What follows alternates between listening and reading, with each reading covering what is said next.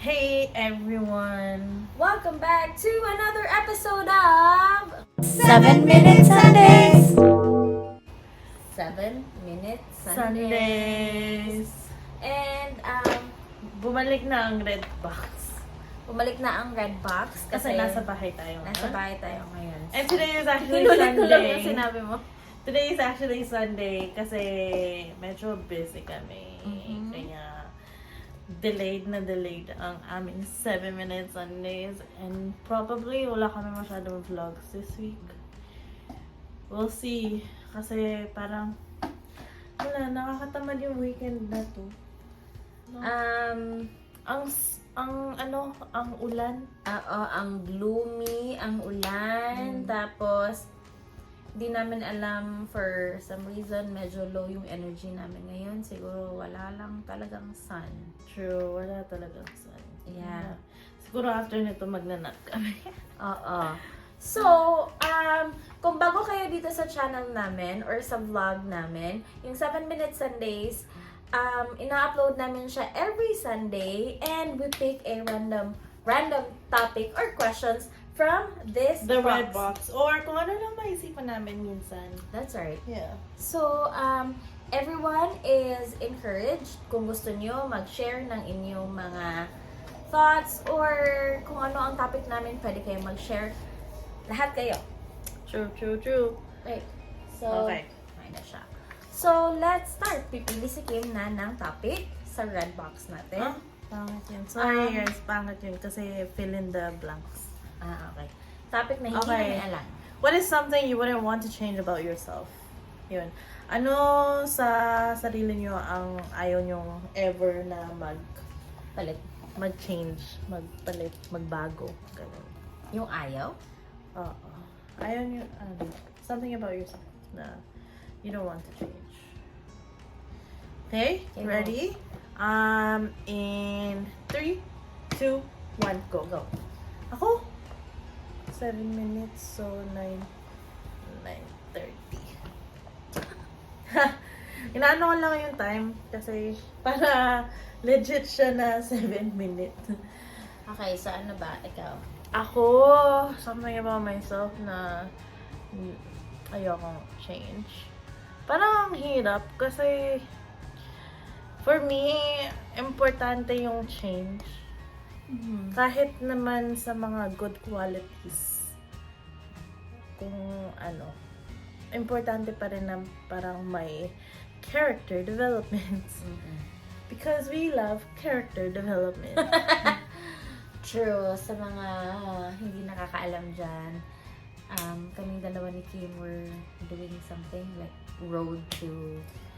Oo, parang normal lang na mga na mga process of self-love and stuff and na ginagawa namin. Ganon. True.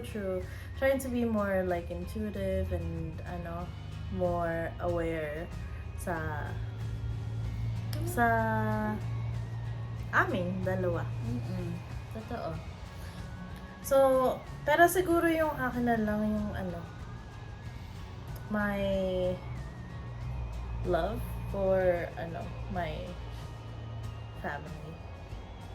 Na kahit Change.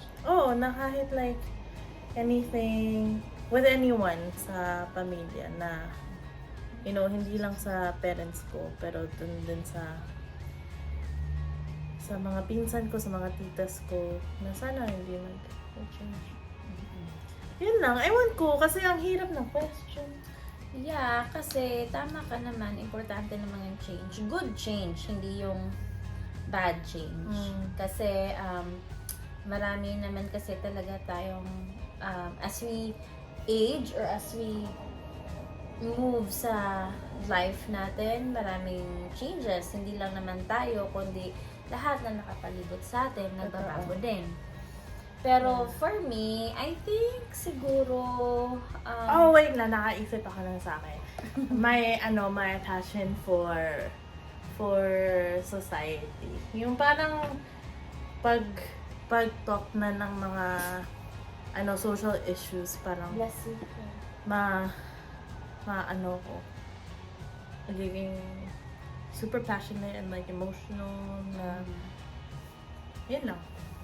True. Ikaw na. Sige, keep your thought. Yun lang. Ako? Hindi, tapusin mo. Ano ba? Yun lang. Ayun na ba? Mhm.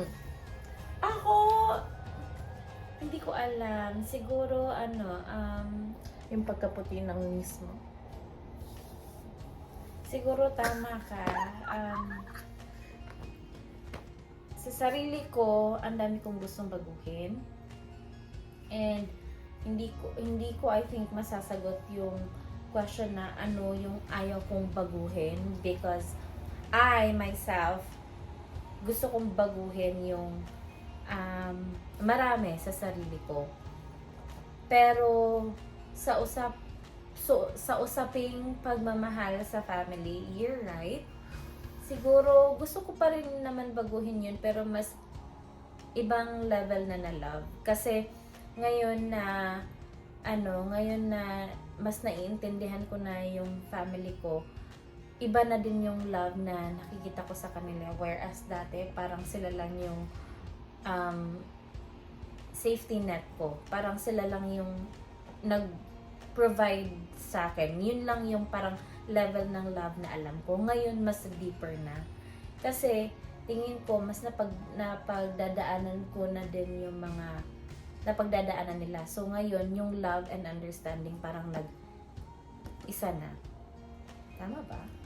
Oo. And I think, ano pa ba? Yeah, I think there's a lot of things na parang hindi ko naman gustong baguhin, but I want to improve on it. Oo, parang i-improve. Oo. Hindi yung totally change kasi I mean, hindi yung ikikip lang. Kasi imagine like kunwari, magaling ka na mag-dance ngayon.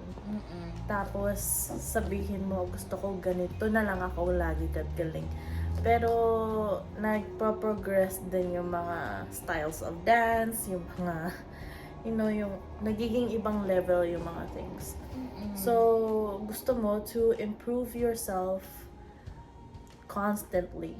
Yung parang ganun. Oo. So, there are things na I really, even the things that I don't like about myself. Like,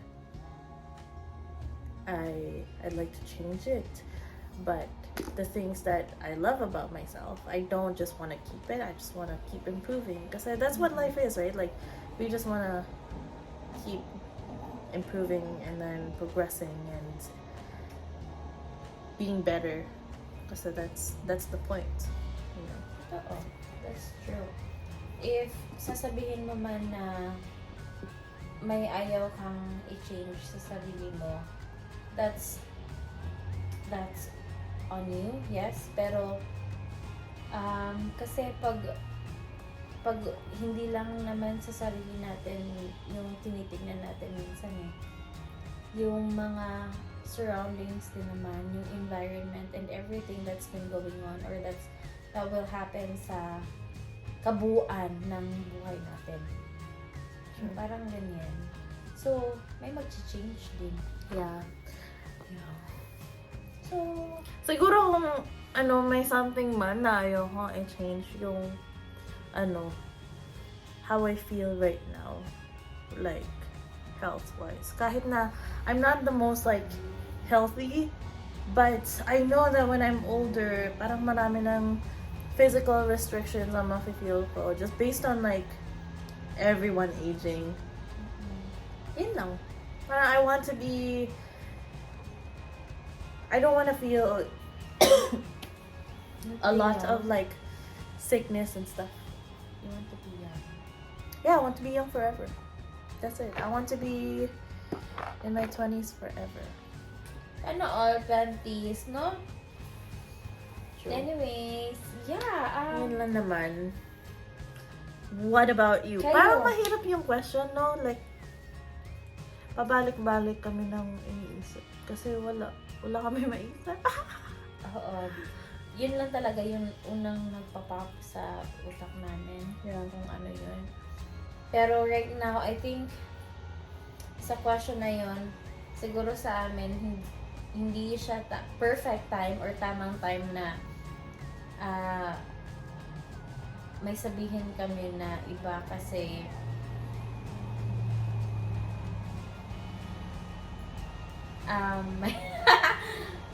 yun, parang Kasi, tinatry namin yeah, mag-change din. oo. Tinatry namin magbago sa sarili namin. Kasi di ba ito yung mga times na parang ang dami mong gustong i-improve.